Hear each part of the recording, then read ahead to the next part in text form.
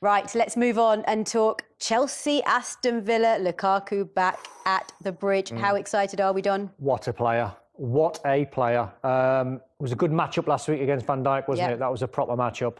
And both of them come out on top in terms of Van Dijk had one bits in the first half, second half, he didn't really have too much to do. But Lukaku looked strong, looked physical. And this game, I think it's an open one. Yeah. I think Thomas Tuchel will go into this game thinking they want to beat Villa, they want to put down a marker off the back of that result against Liverpool. They'd fancy themselves Chelsea. Leroy, everyone's got Manchester City down as nailed on champions. There's a part of me that thinks... Which part, JJ? Which part? Which part? Left or right? Left or right? Your ear, your nose... It's the head. Oh, the head. Okay. It's the head. It's the head. It's the only real part of the body that works. Yeah. Stephen said the ear. You know. I mean, there's a part, just watching how they set up, they look so hard to beat. And that, for me, is a sign of champions. Yeah, the performance against Liverpool from Lukaku, I was more impressed with his performance than against Arsenal. Yeah, look, it was on the rampage against Arsenal, but you win titles when you're up against it.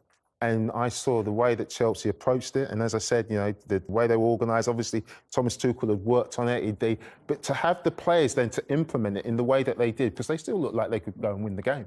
When the few times they did break with Lukaku and then Alonso, a rejuvenated Alonso, by the way, I thought was out the door.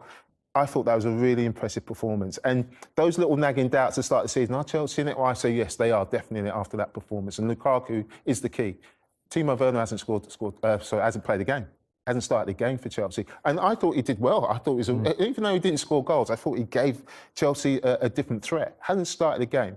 And he sat on the bench. And that is why you just fancy Chelsea, because I think they've got so much coming off the bench. Alonso, Chilwell hasn't kicked a ball yet. Thiago Silva came on as sub. That is a fantastic. You can't get a handle on Tuchel's 11, can you? No. You've got no idea what 11 he's going to pick.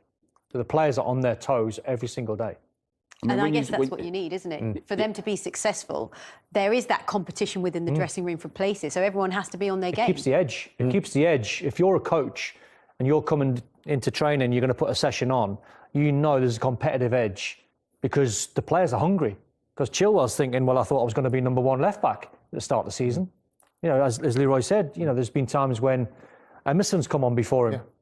Kante's hardly played. Hudson-Odoi, these guys haven't been involved, and they will be involved. And the thing that said it for me was the spirit they showed as that team. You've got a team of outstanding players, but the spirit and the togetherness in that performance says they're in, and it's as good as Liverpool's. Liverpool's togetherness is great. It's as good, and he's built that in a very short space of time. You've got to remember when he came in halfway through the season, and I said, look, they were dull, they were boring. But he's built something there, and he's built it very quickly. It's a really good mentality. I'm not sure Chelsea would have got that result at Anfield a couple of years back.